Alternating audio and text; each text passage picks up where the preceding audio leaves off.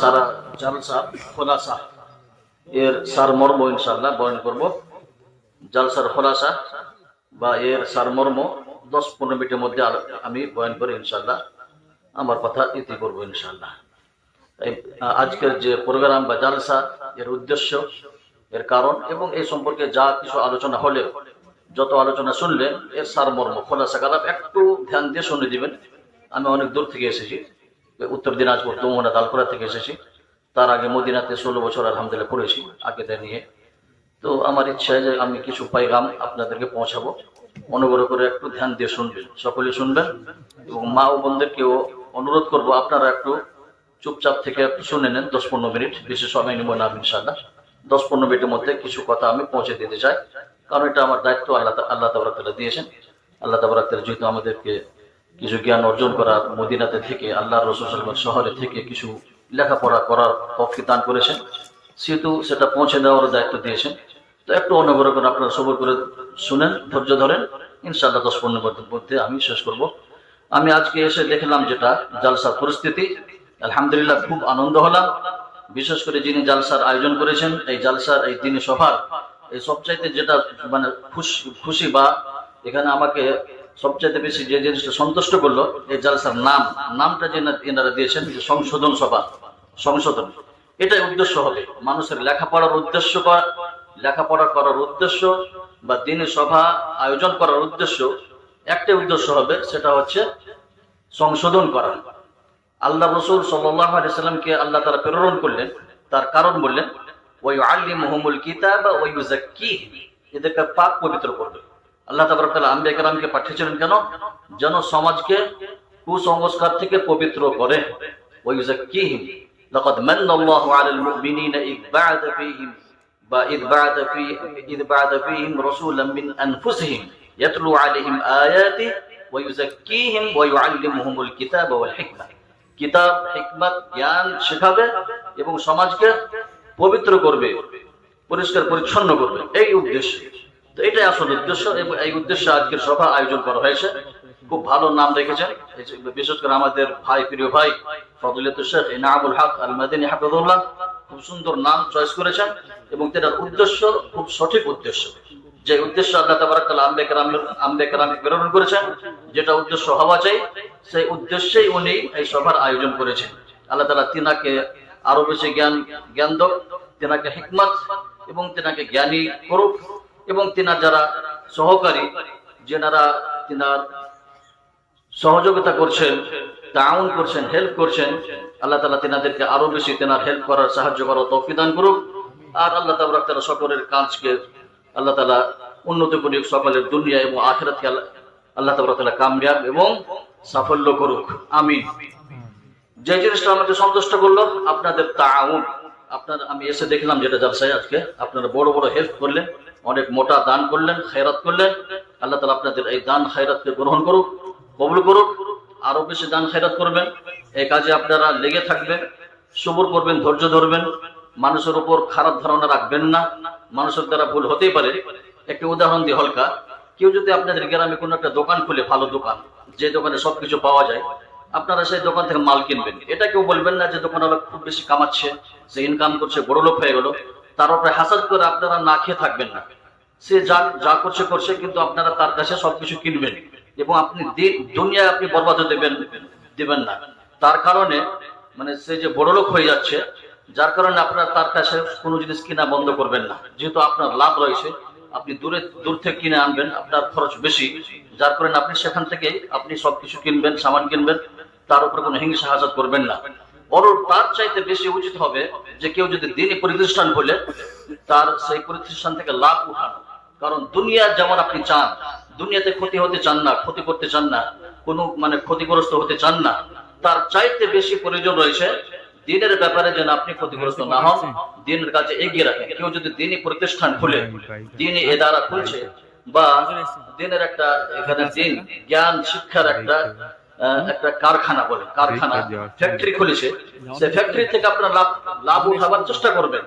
ইমাম আহমদ বিন হাম্বল রাহিমাহুল্লাহ তিনি বলতেন, হাজাতুন নাস ইলাল ইলমি শারঈ أكثر من حاجتهم إلى الطعام والشراب فإن الناس يحتاجون إلى الطعام والشراب في اليوم في اليوم مرة أو مرتين وحاجتهم إلى العلم الشرعي على قدر أنفاسه প্রত্যেকটা মানুষের প্রয়োজন ইলমের দিকে, ইলমে শরীয়ত, শরীয়তের বিদ্যার প্রয়োজন সবচাইতে বেশি। এমনকি খানা পিনা চাইতে মানুষ যদি দিনে একবার দুইবার খানা পিনা করে, পান করে, তাহলে তার জন্য এক দুইবার পান করা এবং খানা খাওয়া যথেষ্ট হবে।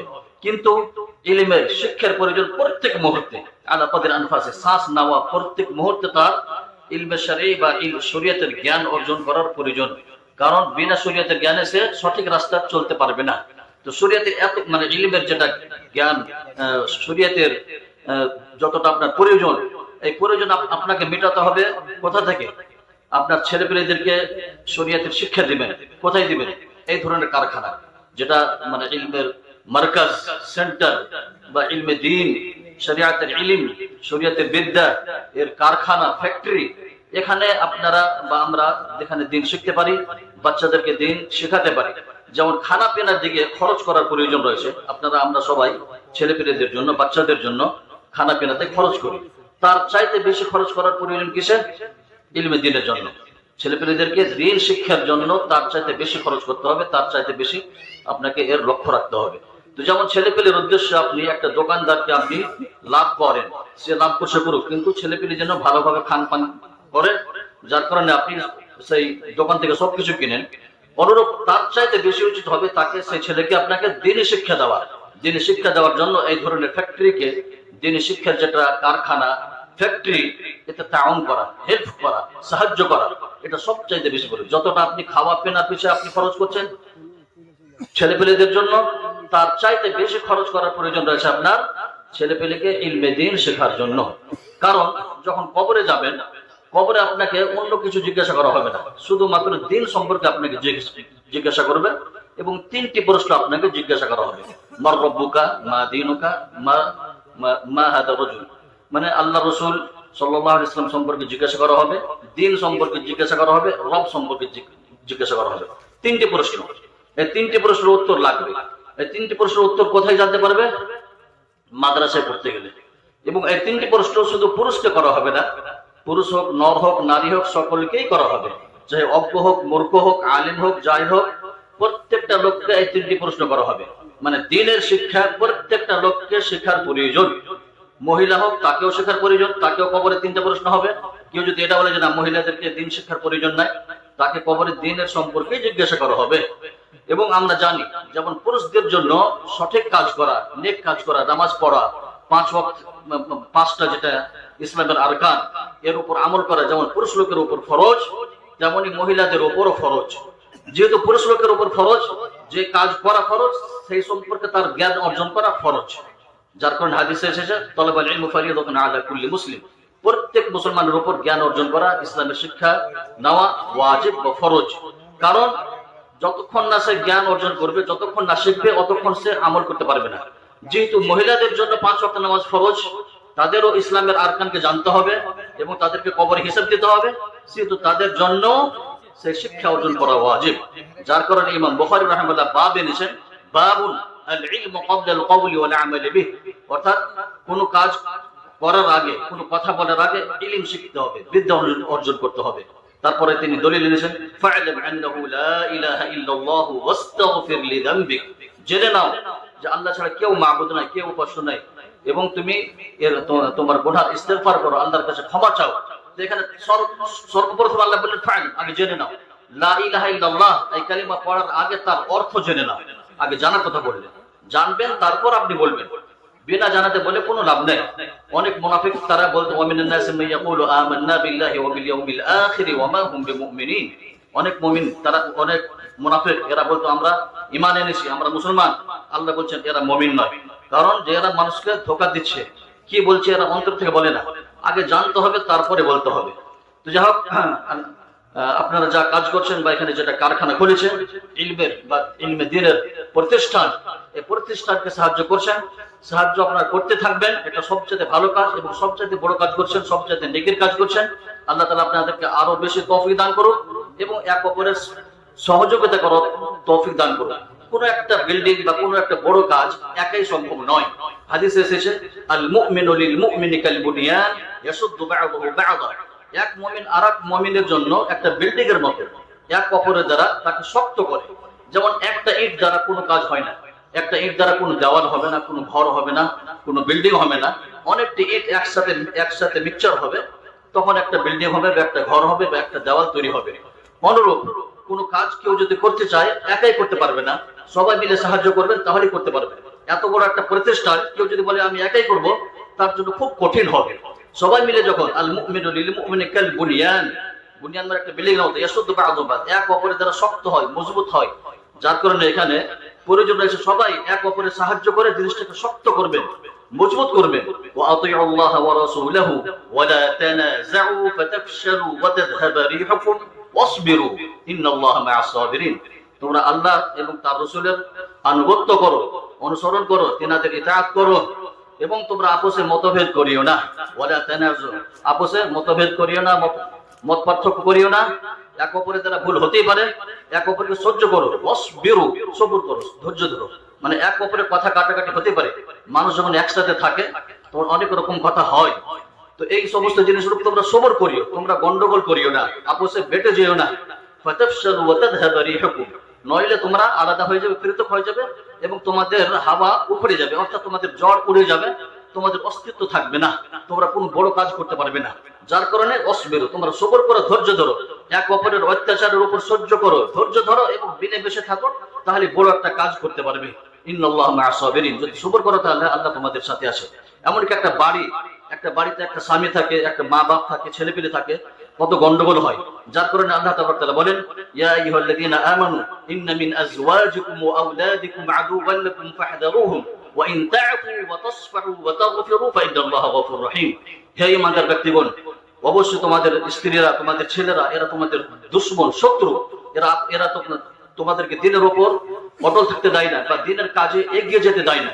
ছেলে পেলে আছে, বাচ্চা আছে, স্ত্রী আছে, এরা ঠিক মতো নামাজ পড়তে দিবে না, ঠিক মতো পিতা মাতার খিদমত করতে দেবে না, এরা শত্রু। তারপরে আল্লাহ বলছেন, ওয়াইন তা'ফু ওয়া তাসফাহু ওয়া তাগফিরু ফাইন্নাল্লাহা গফুরুর রহিম। তারপরেও যদি এদেরকে তুমি ক্ষমা করো এবং এদের সাথে মিলেমিশে চলো, এদের সাথে ভালো ব্যবহার করো, সৎ ব্যবহার করো, এদেরকে ক্ষমা করো, তাহলে আল্লাহ তোমাদেরকে ক্ষমা করবে। আলা তা'ফু ওয়াল ইয়াফু ওয়াল ইয়াসফাহু আলা তুহিব্বুনা আন ইয়াগফিরাল্লাহু লাকুম। মানুষ যদি এক অপরকে ক্ষমা করে, সবর করে, ধৈর্য ধরে, তাহলে তোমরা কি চাও না যে আল্লাহ তোমাদেরকে ক্ষমা করো? তার মানে যখন মুসলমান একসাথে বসবাস করবে তাদের মধ্যে গন্ডগোল হবে। গন্ডগোল হওয়ার সময় আল্লাহ তাআলা আমাদেরকে যেটা উপদেশ দিলেন সেটা এটাই যে তোমরা সবর করো, ধৈর্য ধরো, এক অপরকে ক্ষমা করো এবং মিলেমিশে থাকো। ওয়াতিউ আল্লাহ ওয়া রাসূলাহু ওয়া লা তানাযাউ ফাতাফশালু ওয়া তাযহাবা রিহুকুম ওয়াসবিরু ইন্নাল্লাহা মা'আস সাবিরিন। তারপর এখানে বললেন, ইন্নামা আমওয়ালুকুম ওয়া আওলাদুকুম ফিতনাহ ওয়াল্লাহু ইনদাহু আজরুন আযীম। মাল, ধন, সম্পদ, ছেলেপেলে, এগুলো সব ফিতনা। তারপরেও যদি তোমরা এই ফিতনার উপর সবর করে ধৈর্য ধরো, আল্লাহর কাছে তোমাদের জন্য বড় নেকি রয়েছে। আল্লাহু ইনদাহু আজরুন আযীম, আল্লাহর নিকট তোমাদের জন্য খুব বড় নেকি রয়েছে। তো এখানে আমাদেরকে এই জিনিসগুলো সবর করতে হবে, ধৈর্য ধরতে হবে। আপোষে গন্ডগোল হতে পারে, কথা কাটাকাটি হতে পারে, যতই ঝগড়া হবে মিলে থাকবে না, যতই গন্ডগোল হোক আমরা সবর করবো, ধৈর্য ধরবো, এটা আমাদের উচিত হবে। তারপর আমরা মিলেমিশে কাজ করবো, ইনশাআল্লাহ আমাদের কাজে আল্লাহ বরকত দিবেন এবং আমাদেরকে উন্নতি করবেন। আরেকটা জিনিস, আপনি যদি মাদ্রাসার পেছনে খরচ করেন তাহলে আপনি তিনটা রাস্তা খুলে যাচ্ছে।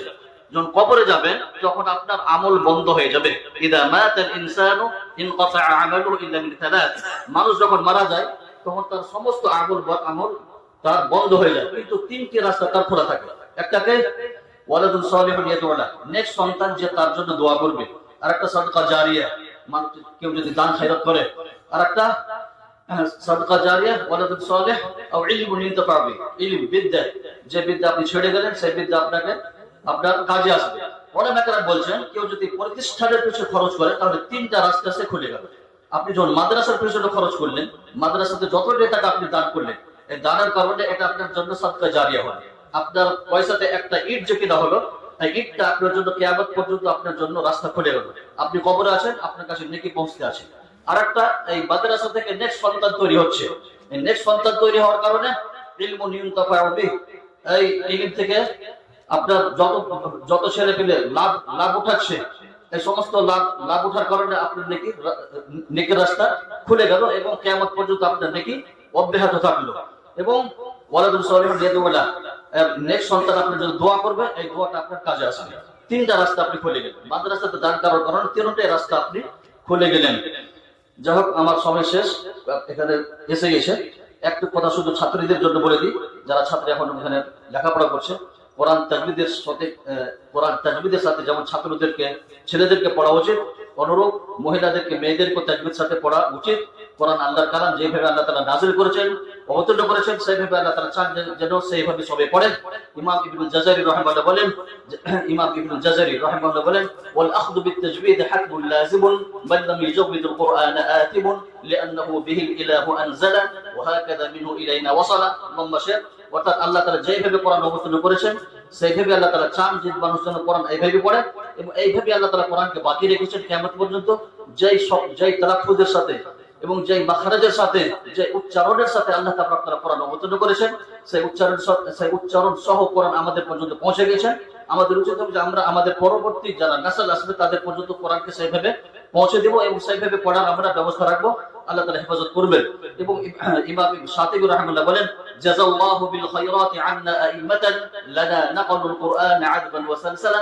আল্লাহ তাআলা আমাদের যারা আইম্মায়ে কেরাম, ওলামায়ে কেরাম, ইনাদেরকে উত্তম বদলা দান করুক। ইনারা কোরআনকে আমাদের পর্যন্ত সেইভাবে পৌঁছে দিয়েছেন যেভাবে আল্লাহ তাআলা অবতীর্ণ করেছেন। অতএব আমাদের উচিত হবে যে আমরা সেইভাবে কোরআন শেখাবো এবং ছাত্রছাত্রী সবাইকে শেখাবো। সূরা ফাতিহা প্রত্যেকটা লোকের জন্য পড়া ওয়াজিব। সূরা ফাতিহা ছাড়া নামাজ হয় না। সূরা ফাতিহা শুদ্ধভাবে পড়তে হবে। লা সালাতা লিমান লাম ইয়াকরা বিফাতিহাতিল কিতাব। চাহে মহিলা হোক, চাহে পুরুষ হোক, ছেলে হোক, মেয়ে হোক, সকলকে সূরা ফাতিহা শুদ্ধভাবে পড়া ওয়াজিব। যার কারণে সবাইকে কোরআন মাখরাজ সহ, তাজবিদ সহ পড়া ওয়াজিব। তো এই জিনিসটা আমাদেরকে লক্ষ্য রাখতে হবে এবং এর গুরুত্ব বুঝতে হবে এবং সবাইকে শিক্ষা দেওয়ার চেষ্টা করতে হবে। যদি মেয়েদেরকে শিক্ষা দেন তাহলে এদের পেট থেকে ভালো বড় বড় ওলামা কেরাম তৈরি হবেন। আমার পূর্বে একজন বক্তা ওয়াজ করছিলেন যে হয়তো তোমরা ফারুক রাদিয়াল্লাহু আনহু তিনি রাস্তায় যাচ্ছিলেন, দেখলেন যে একজন মহিলা তার মেয়েকে বলছে যে দুধে পানি মিক্সচার করো। সেই মেয়েকে বলছে আল্লাহ দেখছেন। সেই মেয়েকে আমানতদার ছিল, যার কারণে তার পেট থেকে আরেকটি মেয়ে তৈরি হলো, লাইলা বিনতে আসিম। সেই লাইলার পেট থেকে তৈরি হলো ওমর বিন আব্দুল আজিজ। ওমর বিন আব্দুল আজিজ সারা মুসলমানের তিনি বাদশাহ হলেন এবং সারা বিশ্বতে তিনি এমন ভাবে আদল ইনসাফ কায়েম করলেন, তিনার যুগে সাদকা গ্রহণ করার কেউ ছিল না। সব সাদকা নিয়ে, যাকাত নিয়ে ঘুরে বেড়াতো, কাউকে খুঁজে পেত না। কারণ তিনি যত মাল ছিল, বনু উমাইয়া যত মাল হড়প করেছিল, সমস্ত মাল তিনি বাইতুল মালে জমা করে দিলেন এবং সারা দেশবাসীকে তিনি মালামাল করে দিলেন। সারা বিশ্বে তিনি আমন আর শান্তি ছড়িয়ে দিলেন এবং সারা বিশ্বকে তিনি বড় লোক করে দিলেন। কোনো একটা গরিব লোক বাকি ছিল না। একজন মহিলা ভালো হওয়ার কারণে, একজন মহিলা শুধু আমানতদার হওয়ার কারণে তার পেট থেকে আল্লাহ তাআলা এত বড় খলিফা তৈরি করলেন। তো একটা মাকে যদি ঠিক করতে পারেন, একটা মেয়েকে ঠিক করতে পারেন, এর দ্বারা পুরো দেশ আপনি ঠিক করতে পারবেন। আল্লাহ তাআলা আমাদেরকে সকলকে সঠিক কথা বুঝার, তার উপর আমল করার তৌফিক দান করুন। আমার সময় নেই, সময় শেষ, আমার কুরসি এসে গেছে। নয়তো অনেক কিছু বলার ছিল। আল্লাহ তাআলা আমাদেরকে যা কিছু বললাম, এই সমস্ত যা কিছু বললাম এটা আমাদের নেকির খাতাতে জন্য লিপিবদ্ধ করেন। যা কিছু বললাম এই সমস্ত জিনিস আমাদেরকে স্মরণে রাখা, তার উপর আমল করার তৌফিক দান করেন। আমি শুকরিয়া জানাই এবং আমি ধন্যবাদ জানাই আমার প্রিয় ভাই ফজিলাতুল শেখ ইনামুল হক আল মাদানী হাফিজাহুল্লাহকে, যিনি এই দিনের এত বড় সভা এবং সংশোধন সভা আয়োজন করেছেন। আল্লাহ তাআলা তিনার এই মেহনতকে, পরিশ্রমকে গ্রহণ করুক এবং তিনার এই পরিশ্রমকে নেকির খাতাতে লিপিবদ্ধ করুক। আল্লাহ তাআলা তিনার তাউন করুক, সহযোগিতা করুক, হেল্প করুক এবং তিনার সমস্ত নেকির সমস্ত আমলকে নেকির খাতায় লিখুক এবং তিনার দিন এবং রাতে তিনার সব কাজে বরকত এবং তারাক্কি দান করুক, উন্নতি করুক। আমিন। ওয়া আখিরু দাওয়ানা আলহামদুলিল্লাহি রাব্বিল আলামিন ওয়া সাল্লাল্লাহু ওয়া সাল্লামা আলা নাবিয়িনা মুহাম্মদ ওয়া আলা আলিহি ওয়া সাহবিহি ওয়া সাল্লাম। জাযাকাল্লাহু আলহামদুলিল্লাহ।